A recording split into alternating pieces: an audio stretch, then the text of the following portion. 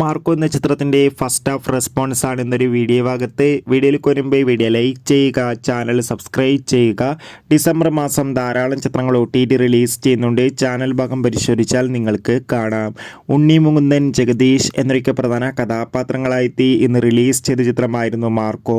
എല്ലാ cinema പ്രേമികളും ഒരേപോലെയായിരുന്നു Marco എന്ന ചിത്രത്തിൻ്റെ റിലീസിനായി കാത്തിരുന്നത്.